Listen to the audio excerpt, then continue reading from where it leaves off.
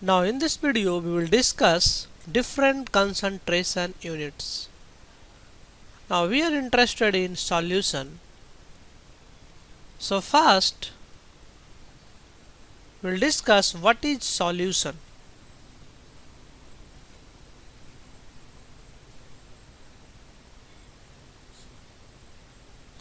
So basically solution is a part that consists of two components. Generally we have a solute and we have a solvent.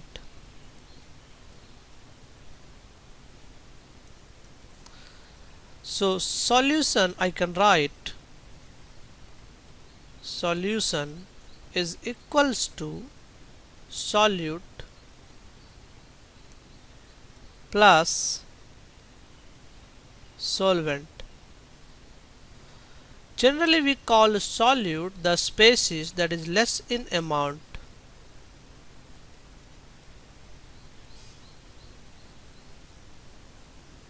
and we call solvent is the species that is more in amount.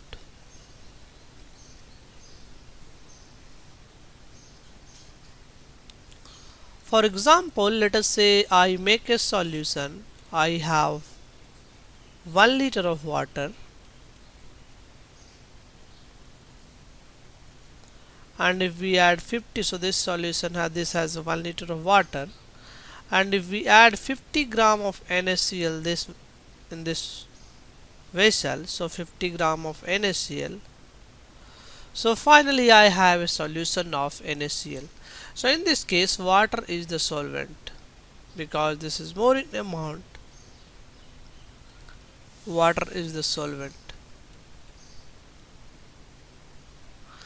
and NaCl, that is only 50 gram, is the solute.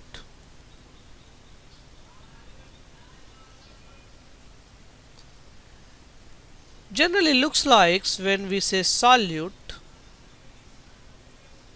it is solid. It seems like when I say solute it is solid, and when I say solvent it seems to be liquid.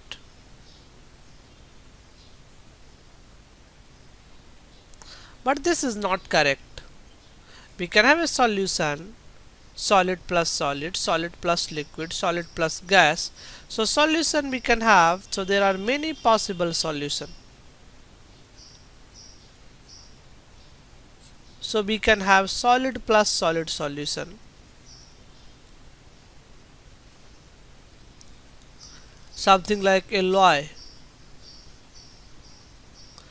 If I mix chromium in iron, both are solid. Iron is solid, chromium is also solid.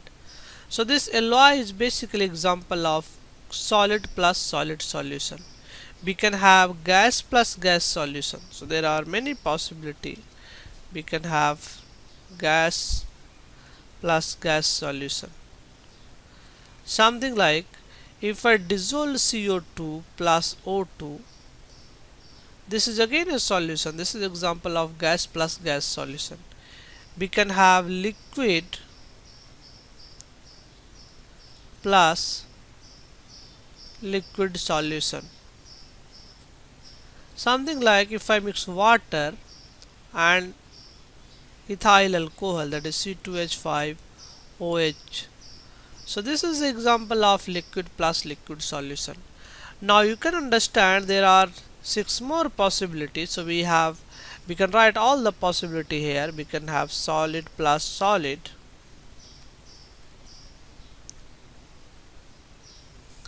we can have solid plus liquid,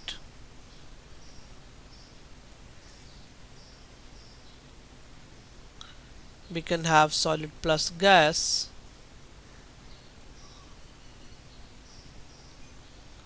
and then we can have the same situation with liquid. So liquid plus liquid,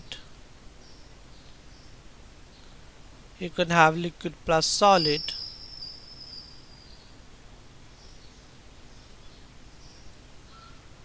you can have liquid plus gas.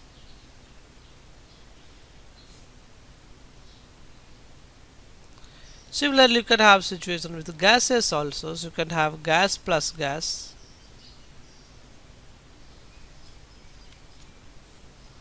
You can have gas plus solid.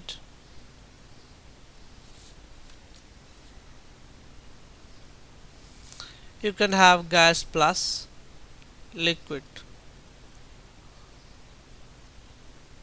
For example, CO2 dissolved in water. What is this kind of solution? So CO2 dissolved in water. Dissolved in water. Or oxygen dissolved in water. So in this case, CO2 is solute and water is basically solvent, and CO2 is gas and water is basically liquid. So this is example of gas dissolved in liquid. So this example, so I have a solution gas dissolved in liquid. So this is a gas plus liquid solution. Similarly, let us say we have dust particle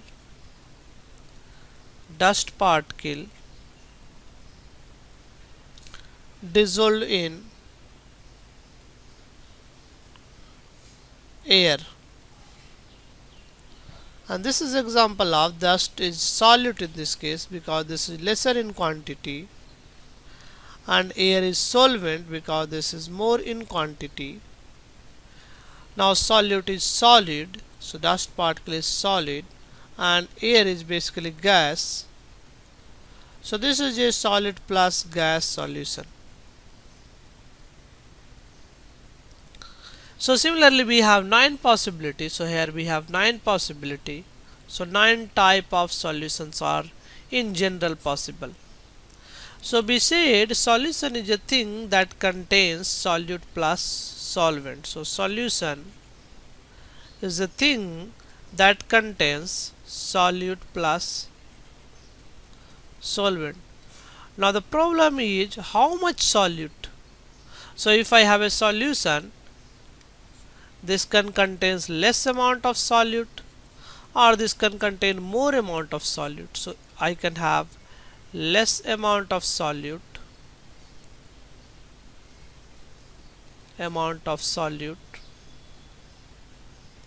or it can have more amount of solute.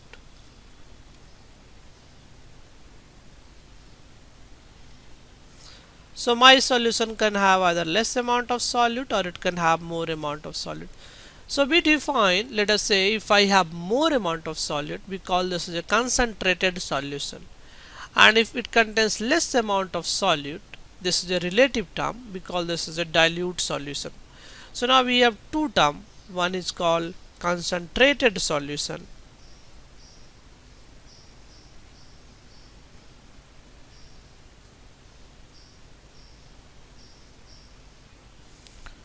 So when I say concentrated solution, this means it has more amount of solute.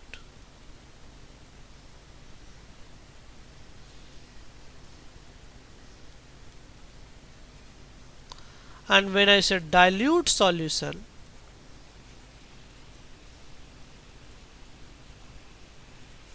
this means we have less amount of solute.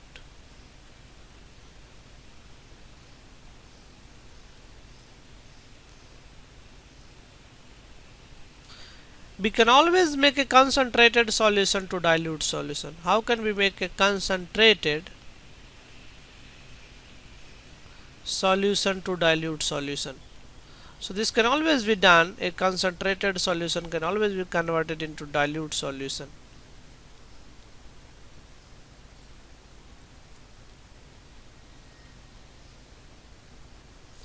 And this can be done by adding water. So if you add water into the concentrated solution, we will have a dilute solution. So quantity of water we can find it out. How much dilute I want, corresponding I have to add the water. Now a strength of solution, so we have a strength of solution or concentration of solution.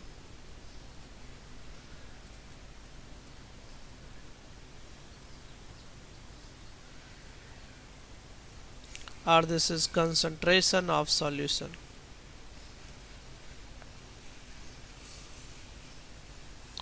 And this is defined as amount of solute in a fixed volume of solvent. So this is defined as amount of solute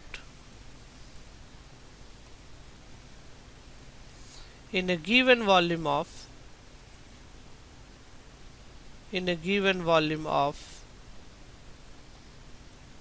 solvent, or sometimes we can also define in terms of solution. So given volume of solution. Basically this given volume, this can be sometime weight of solution solvent. So this is sometime weight of solvent. Sometime we talk in terms of mole. So basically this is the actually speaking, this is the amount of solute in a given amount of solution. And this amount can be either measured in volume, it can be measured in weight, it can be measured in mole fraction or mole.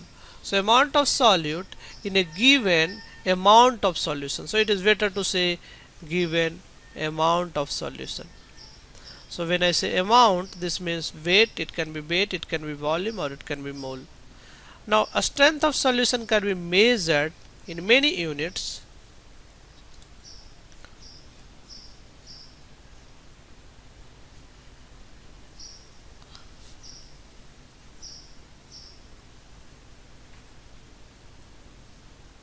And this can be measured in terms of molarity,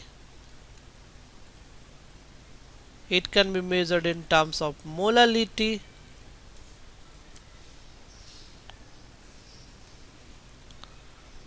it can be measured in terms of mole fraction,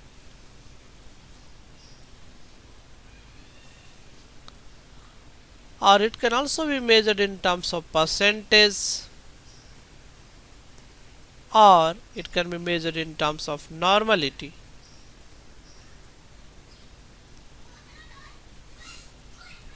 Let us discuss one by one. So let us first discuss molarity. And now this is defined as number of moles of solute per liter of solution. So this is defined as number of moles of solute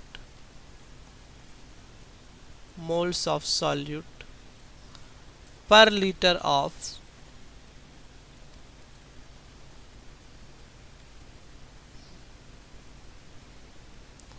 Now let us say I have a solution, and this solution contains n mole of solute. So this is n is moles of solute,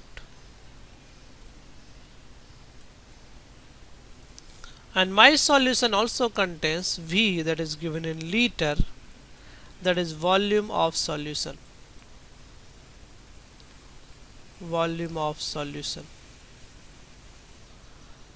So we can say V liter of solution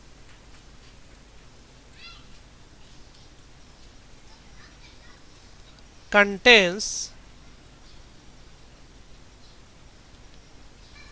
n moles of solute.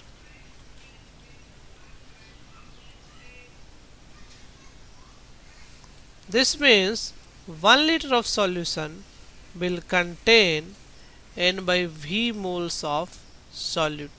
And now 1 liter of solution, the amount of solute, number of moles of solute in 1 liter is defined as molarity. So now we can have molarity, this is equals to n by V, where n is the moles of solute,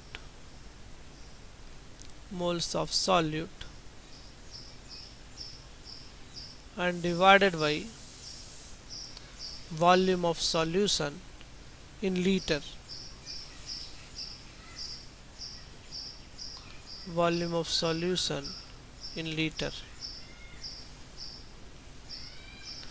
Now molarity is generally written by capital M, so M is equals to N by V. Now we can write the same expression something like this also, M into V is equals to N, or we can also write V is equals to N by M. So we can do three kind of calculation. If number of mole and volume is given, we can calculate molarity. If molarity and volume is given, we can calculate number of mole, and number of mole and molarity is given, we can calculate volume. So we can perform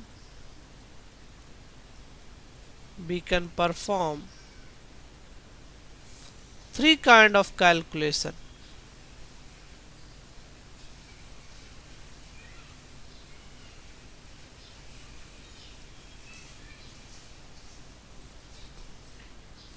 Now another important point we have, that is number of mole, it does not depend upon temperature. So any temperature, number of mole remains constant. If I have 25 degrees centigrade 2 moles, at 225 degrees centigrade this number of mole will be again 2, but the volume changes with temperature. So molarity also changes with temperature. So molarity is a function of temperature. Since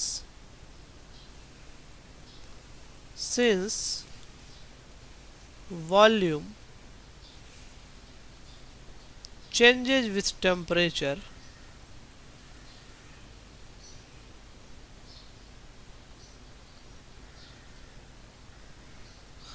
molarity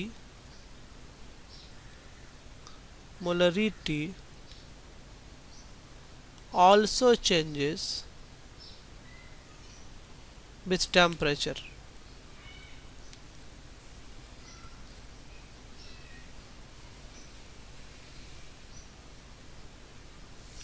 Now next we will discuss molality.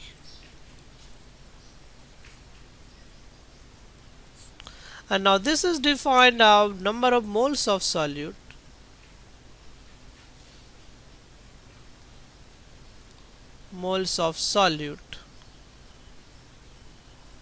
per kg of solvent.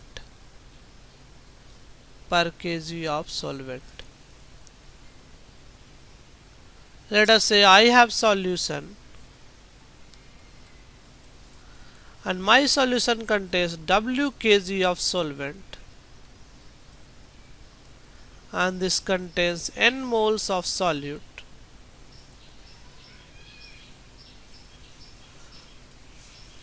So we can say W kg of solvent contains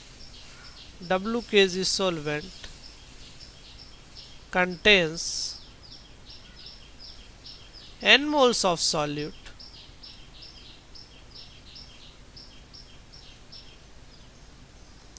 then 1 kg of solvent will contain N by W moles of solute. And now this is defined as molality. So what is molality? So molality is N by W, where W is taken in kg, where N is moles of solute,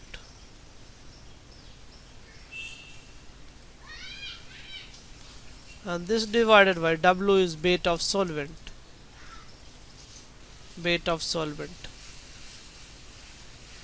in kg. If you compare molality with molarity, in case of weight there you have volume, and in place solvent there you have solution. So this is for molarity. So there is a difference between molarity and molality.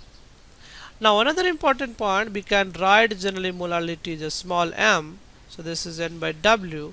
Once again we can do three kind of calculation, that is N is equals to m into W, and we can do W is equals to N by m. So we can perform three kind of calculation. If m and W is given, we can calculate N, and if N is small m, that is molality is given, we can calculate W. Now what about temperature dependence? Number of mole does not depend upon temperature, and this W is the weight of solvent, that also does not depend upon the temperature.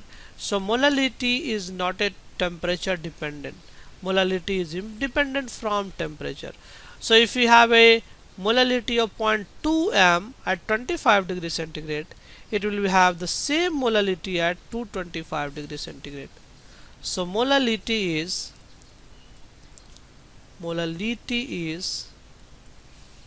independent from temperature.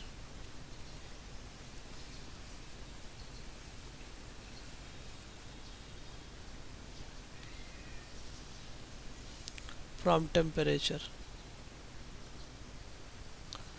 Now next point we have, so next concentration unit, that is called mole fraction. Now in this case name is enough. This is basically fraction of mole. Fraction of moles. Let us say I have a binary solution. It contains two components, component 1 and component 2. N1 is the moles of component 1, moles of 1, and N2 is the moles of 2. So we define mole fraction of 1, component 1,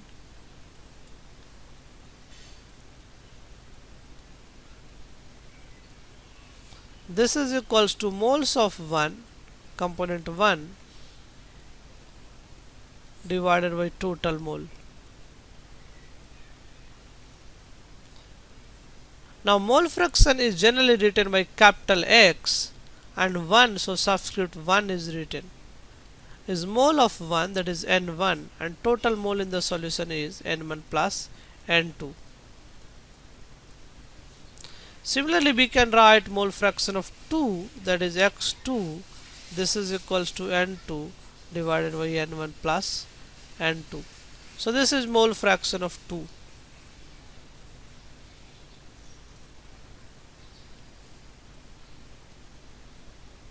Now if we add these two terms, so we will have x1 plus x2.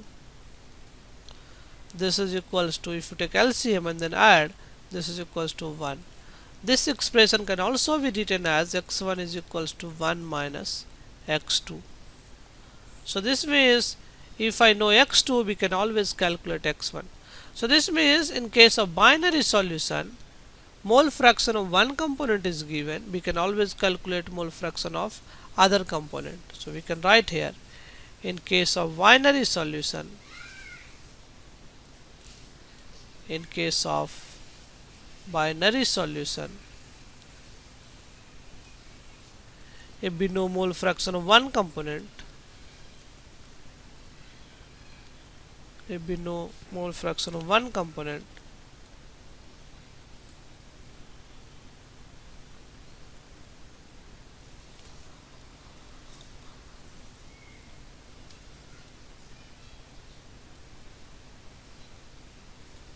we can always calculate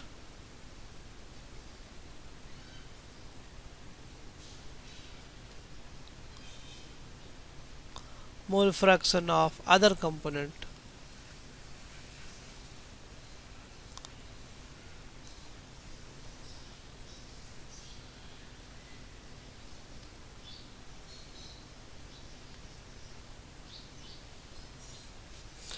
Now we can do one exercise. Let us say I have a solution, in this case weight of one component WA and weight of other component WB, and this is in gram is given, and molecular mass is also given. So what is WA? That is weight of A, and WB, this is also given, weight of B. So we have to find mole fraction of A and mole fraction of B. Molecular weights MA, MB are also given. So MA, MB are molecular weights, are molecular weight of A and B. So this is also given. So how will you do this one? So this is easy. First you find mole of A, that is weight divided by molecular weight. So moles of A we can find, moles of A, this is weight, that is WA divided, so you see here, so this is WA divided by molecular weight MA. Similarly we can find moles of B, and this is nothing but WB divided by MB. So once I know moles, we can always find mole fraction of A, that is WA by MA divided by WA by MA plus WB by MB. Similarly, we can find mole fraction of B, that is XV is equals to, so this is XB is equals to NB divided by NA plus NB. We can have another problem of same kind. So let us say I have a solution, and this solution contains k component. This is not a binary solution, this is a basically k component solution. So this is 1 2 3 4 up to k component. So solution contains k component. So solution contains k component.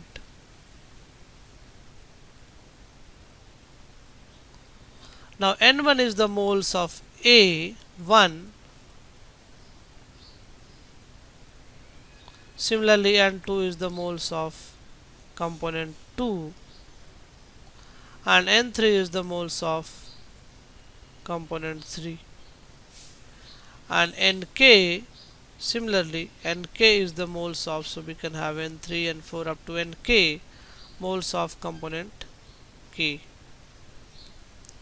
So we can define mole fraction of 1, and this is equals to moles of 1 divided by total mole, that is N1 plus N2 plus N3, and this goes up to Nk.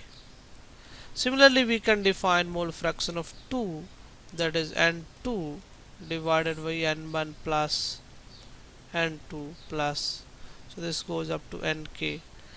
Similarly, we can define finally mole fraction of kth component, that is Xk is equals to Nk divided by N1 plus N2 plus up to Nk. Now if I sum all these, we will have X1 plus X2, and this goes up to Xk, and this side if I take LCM, that is N1 plus N2 plus Nk, and up also I will have N1 plus N2 up to Nk,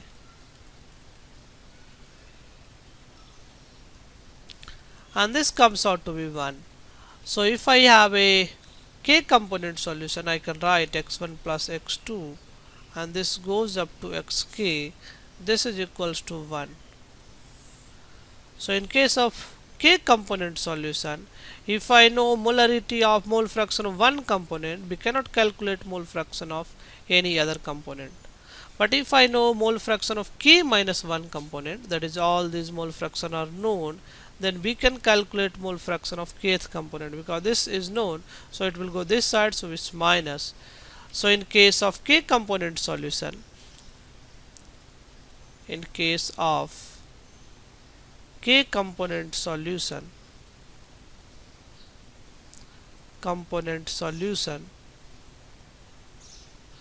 in case of k component solution, if mole fraction of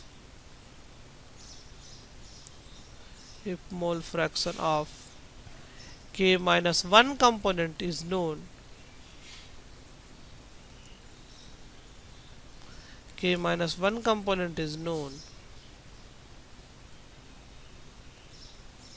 we can calculate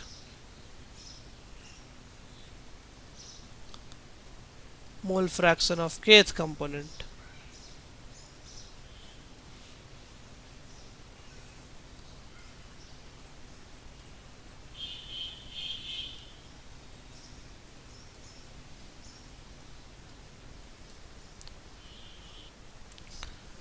Now before discussing normality, we need to develop a concept of n factor. So let us discuss concept of n factor. Now we define n factor for acid and base. So for presently I am interested in n factor of acid and base.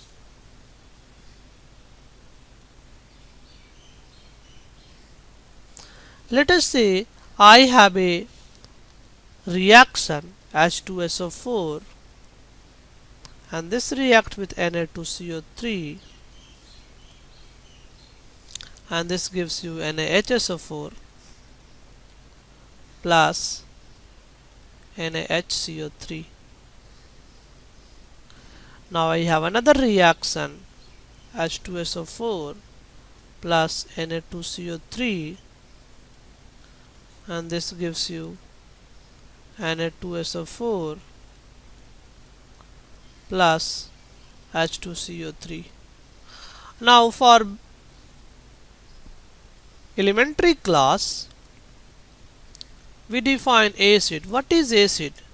Acid is a substance that gives H plus into the solution. So that gives H plus ion. And base is a substance that gives OH minus in solution.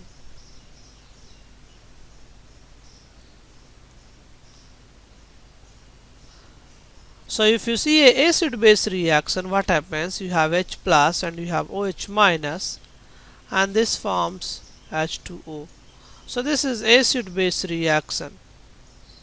So in any acid base reaction, H plus react with OH minus and it forms water molecule. Now, so one H plus has a capacity to take one OH minus. That is capacity to get a base, capacity to capture a base, and that we define as basicity. So for an acid we define basicity, and this is basically, so this is basicity, and this is equals to capacity to get a capacity to neutralize a base, capacity to neutralize a base. For example, if I say HCl, this has a capacity to neutralize one base, so that is because it will lose one H plus. So in this case basicity is 1. If I have H2SO4, it has a capacity to neutralize two base, so in this case basicity is 2. If I have H3PO4, it can lose 3H plus and it has a capacity to neutralize 3 base, so in this case basicity is 3. Now similarly we can have with bases. Now let us say if I have, we define in case of base acidity. What is happening? This is the base and this is a capacity to neutralize acid. So we define acidity, that is the capacity of a base to neutralize, capacity to neutralize basically acid, that is acidity. So acidity is capacity to neutralize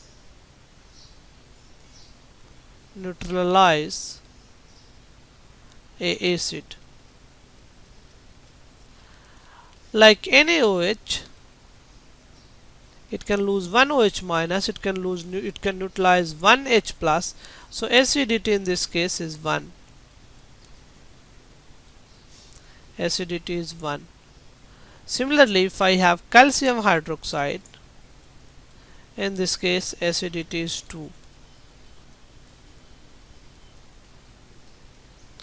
If I have AlOH whole thrice, in this case acidity is 3. So you see acidity for NaOH, COH whole twice and AlOH whole thrice is respectively 1, 2, 3. Now for acid base reaction, acidity and basicity is defined as n factor. So if I say what is the n factor for NaOH, if it loses 1 OH minus, n factor is 1. If it loses 2 H minus with calcium hydroxide, so in this case n factor is 1. So in this case n factor is 1. For calcium hydroxide, n factor is 2.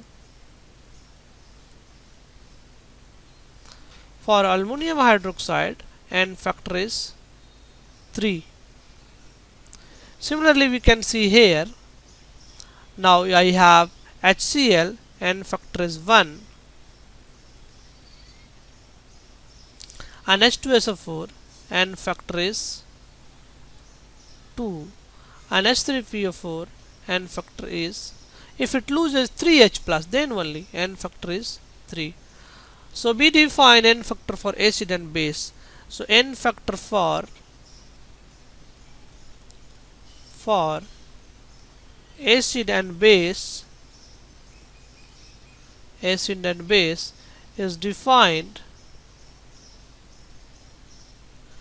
basicity and acidity. So this is basicity and acidity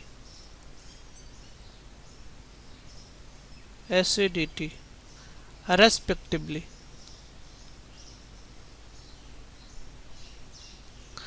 Now let us discuss about this reaction.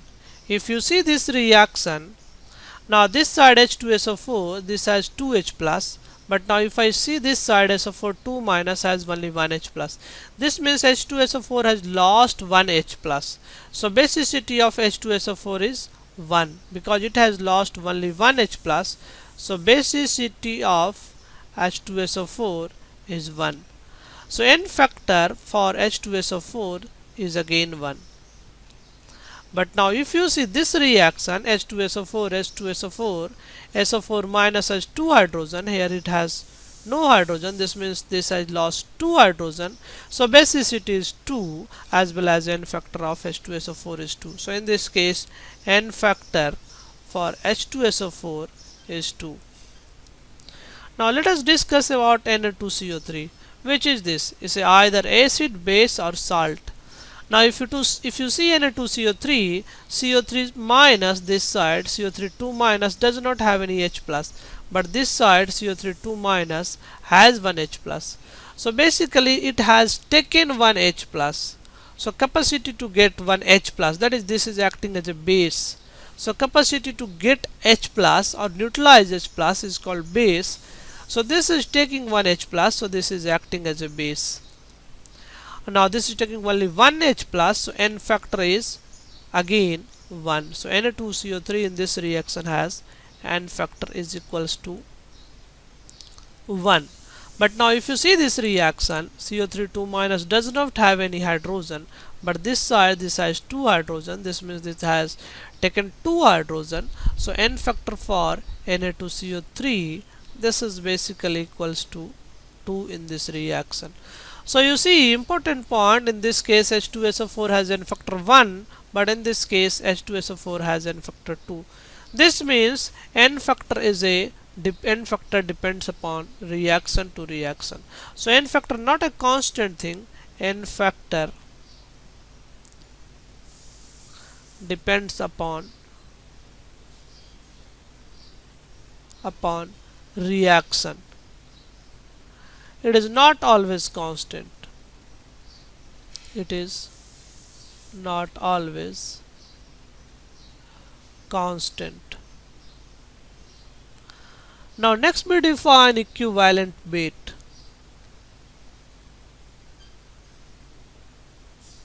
So what is equivalent weight? And now this is defined as weight divided by, so equivalent weight is defined as molecular weight divided by n factor. So we define equivalent weight is equals to molecular weight divided by n factor, and then we define equivalence, and this is equals to weight divided by equivalent weight. So weight divided by equivalent weight. This is very similar to mole. So what we have mole. So we define mole is equals to weight divided by molecular weight. So only thing is, when I am defining equivalents in place of mole, molecular weight, we have equivalent weight. Equivalents can also be written as EQ, and this is equals to weight divided by equivalent weight is nothing but molecular weight by n factor. So this is your molecular weight, and n factor goes up, so this multiplied by n factor. And molecular weight by molecular weight is what? So we will have equivalence is equals to weight by molecular weight is nothing but mole. So we have this is equals to mole times n factor. So now if mole is given, we can calculate equivalence. This EQ means equivalence, valence.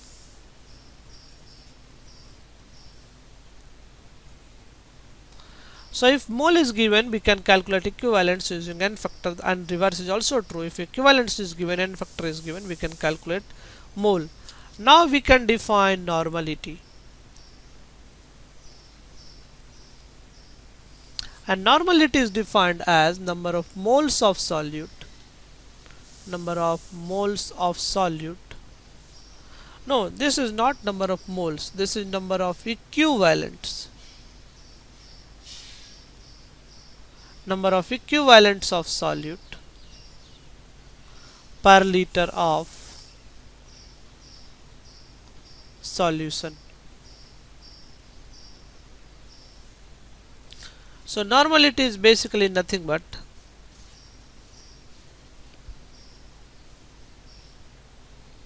number of equivalents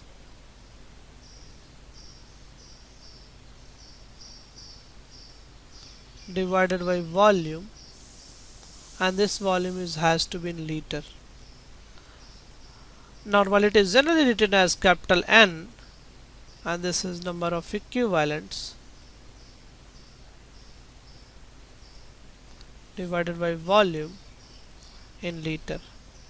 We can further modify this expression, that is N is equals to equivalence is nothing but we define equivalence, that is weight divided by equivalent weight. So we define equivalence is weight divided by equivalent weight here. So if we put that, so equivalent is equals to weight divided by equivalent weight into volume. Now weight divided by equivalent weight, and equivalent weight can be further written as molecular weight divided by n factor. So n factor goes up, n factor into volume. Weight divided by molecular weight is nothing but mole. So n is equals to mole into n factor divided by volume. Now n by v is nothing but molarity. So molarity into n factor. Now this relation is very important. We have to remember this relation, that is n is equals to molarity into n factor. So we have to remember this reaction, that is normality is always equals to molarity into n factor. So if normality is given, molarity is given and n factor is given, we can calculate normality. Other way around, if normality is given, n factor is given, we can always calculate molarity. Next we have another unit of concentration, unit is percentage. And percentage is defined as, there are three ways to define percentage: W by W, W by volume, and volume by volume. So there are three ways to define percentage, that is called weight by weight percentage. So first is weight by weight, and this is defined as weight of solute, weight of solute divided by weight of solvent, weight of solvent into 100. Now weight by volume, and generally weight is taken in gram, so weight of solute is taken in gram and volume is taken in milli. So this is your weight by weight, this is also taken in gram. So this is unitless. So weight by weight ratio is a unitless concentration term. Now weight by volume, so this is weight of, generally this is sometime it can be solute, it can be solvent, or it can also be solution.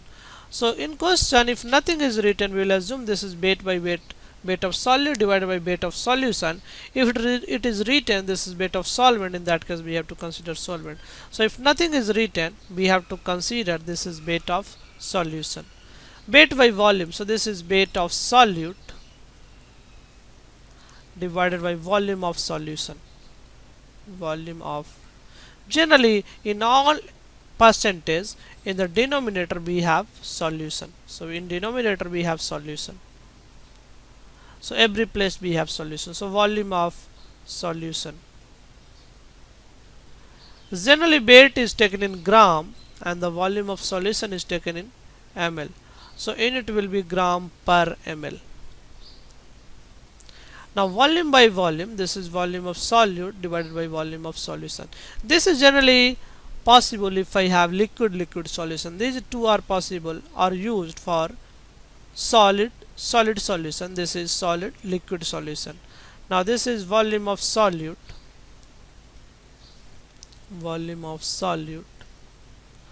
this divided by volume of solution. And this is generally taken in milliliter, this is also taken in milliliter, and this is a unitless term, so this is unitless. So important part, in all cases we have to multiply 100 also, so this is multiplied by 100 and this is also multiplied by 100 because we have to have percentage. There is one more concentration term, that is mass percent, that is used very less. Mass percent. Let us say I have a binary solution, solution 1, solution 2. So this contains two components 1 and 2. Let us say W1 is the weight of solution 1, weight of component 1, weight of component 1, and we have W2, that is weight of component 2.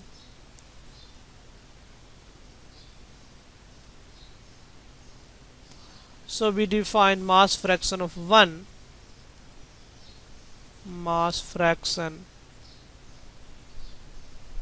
of 1, this is equals to W1 divided by W1 plus W2 into 100. If I say mass fraction, then I have to have no multiply by 100. If I say percentage, then I have to have multiply by 100. So mass fraction is simply W1 by W1 plus W2. If I say mass percentage, in that case I have to multiply by 100.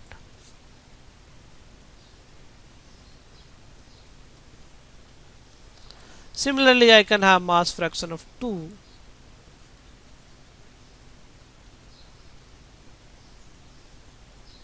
And this will be written as W2 divided by W1 plus W2.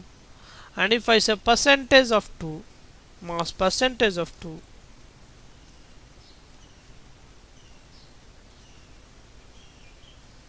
in that case I will have W2 divided by W1 plus W2 into 100. So this is all about the concentration unit. We'll discuss in the next chapters.